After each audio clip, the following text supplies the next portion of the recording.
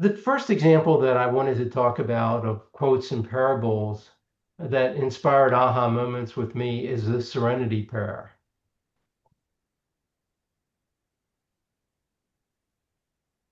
God grant me the serenity to accept the things that I cannot change, the courage to change the things that I can, and the wisdom to know the difference.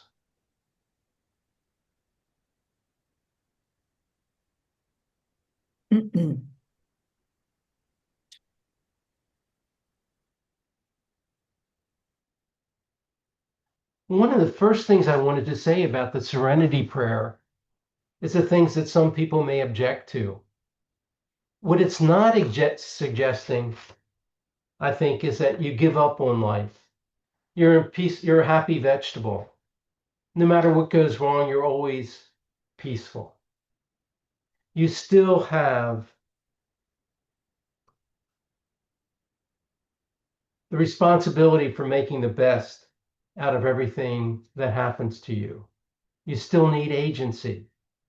And that's really embodied in the quote, with the courage to change the things that I can. And really emphasize that it's not giving up.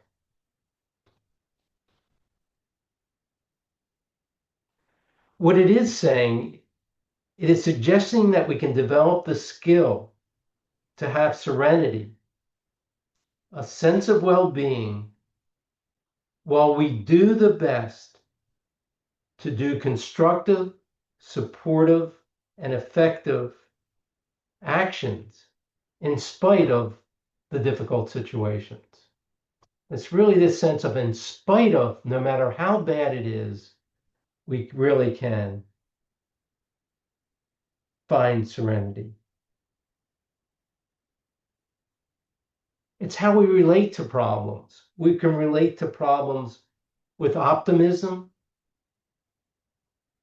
courage, wholesome, ethical responses.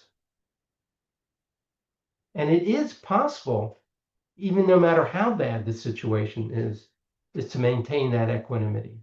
And there are people that do that. My personal example is my house flooded during Harvey. I was angry at what happened to me. I didn't think it was fair. I was fearful about my own emotional stability, my financial security, and what future had for me. At one point, I didn't have any idea how much insurance I would get, how much it would cost to do it, where I could live. I mean, it's just like the whole world collapsed on me. My life was turned upside down, and for the next at least 6 months, my daily schedule was making sure that I had to do things to either packing or unpacking or going to the stores, picking out things, going to the contractor. My life for 6 months was completely different.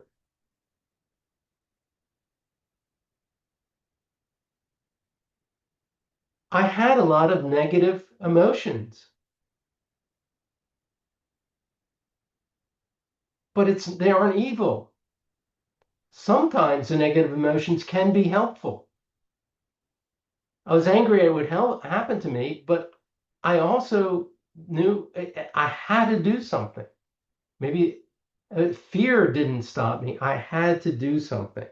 And a lot of times anger can drive you to do constructive action, such as fixing the problems. The anger and fear caused by flooding was justified, but not helpful to me. There were times when I was afraid to do anything. And sometimes the anger stopped me from being proactive. The wrong question with all the vicissitudes of life is it justified? Is your reaction to it justified? There are a lot of difficult things going on in this country right now, and strong reactions come. It's justified. Anger is justified.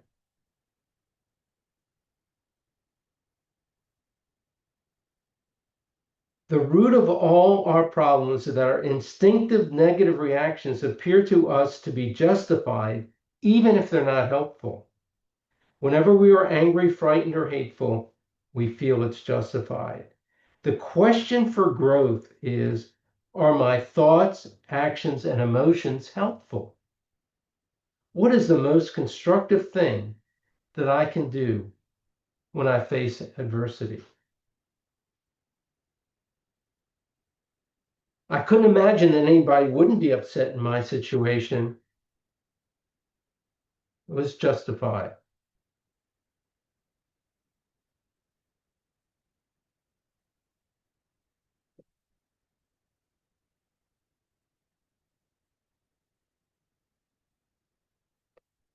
Another thing that is worthwhile is, can you phrase it differently? For example, with this quote, God grant me the serenity. There may be someone who's an atheist. It's not important that it is phrased that way. And if there was an atheist here, I might say, may I have the inner wisdom and mental discipline to consistently be able to focus my energy on constructive solutions rather than to be dragged down by negative attitude. By the way, I'm reading from something, and you're going to have a copy of what I'm reading from.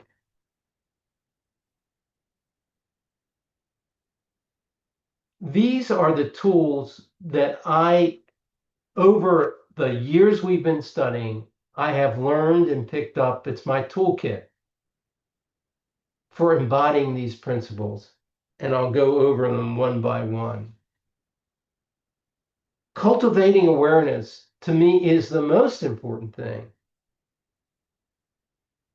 You're not going to stop anger if you're not aware that you're angry. And you can be angry and not aware, but there's completely different. When I'm angry, oh, I'm aware I'm angry. That's not a good thing. That is the key to making a difference. Once aware of the anger, I remembered the quote and wanted to find serenity. I was able over time to see the negative thoughts and emotions and refocus my attention on doing the things that would improve my situation. What is the most constructive thing I can do this moment? Get into the present moment. No matter whenever you're down, get in the present moment. Become aware. Just breathing slowly and getting in touch with it, it shuts down those emotions. It gets you relaxed and opens up the chance that you might be able to respond to it effectively.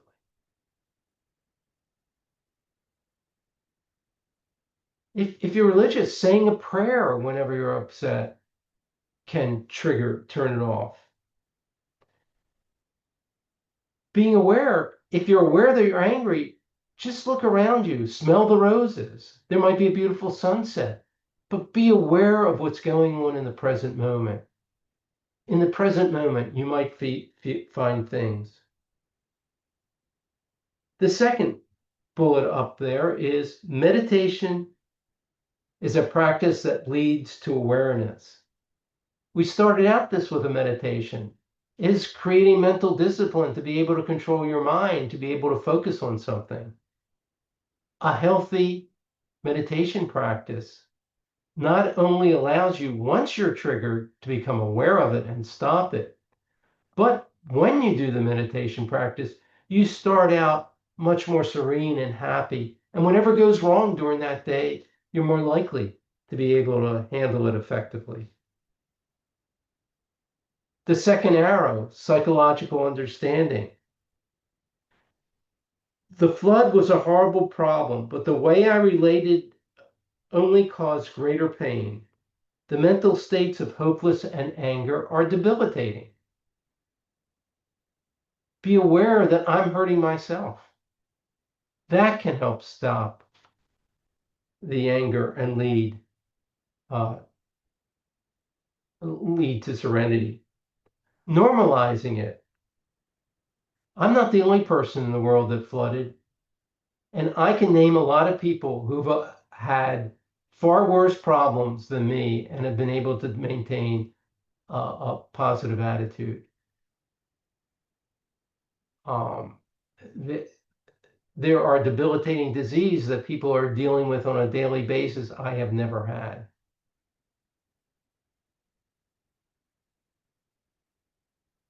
And actually, taking that view, you can actually be grateful. Think about all the things, be grateful for all the things that are going well in your life. Reframing it. If it doesn't kill you, it will make you stronger. Whenever you have a problem, it's an opportunity to learn. It's an opportunity to grow. How can I get better at this? How can I take advantage of it?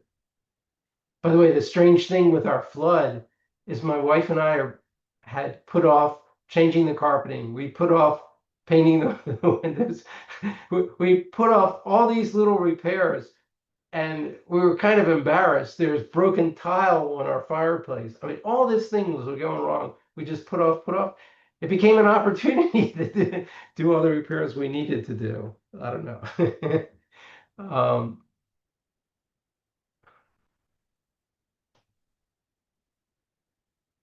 Cultivating a healthy disposition, gratitude, courage, optimism, humor. You've got this list on this foil that I'll send you. Next time you don't feel serenity, look through it. Maybe gratitude, think about what you're grateful for. How can you laugh at this situation?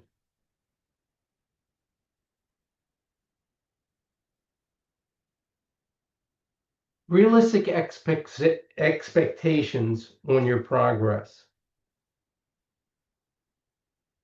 Just being aware that we are triggered is a very important and the first step. The earlier in the cycle that you can understand that you've been triggered, that you've been aware that you've been triggered, the better off you're going to be. Just becoming aware that you are not embodying these principles is a gigantic step.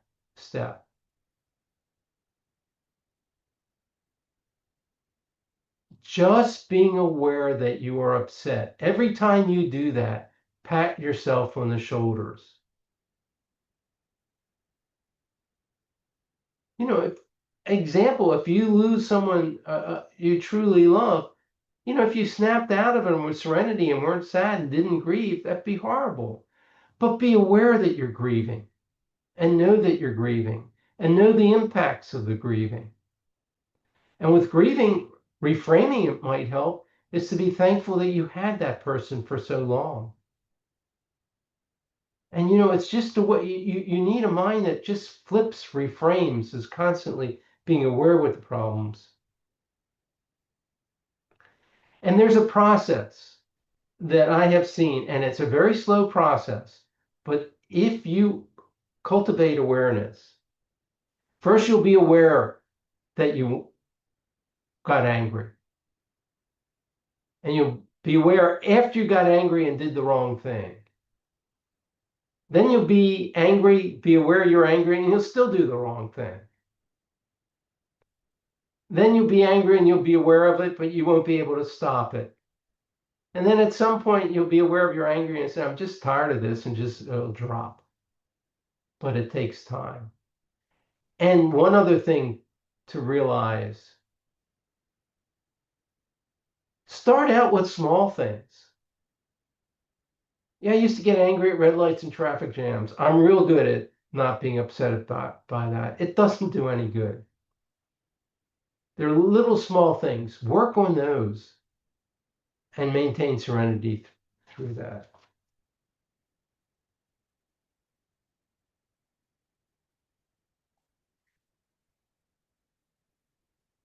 And uh, what I'd like to do is stop right here and let me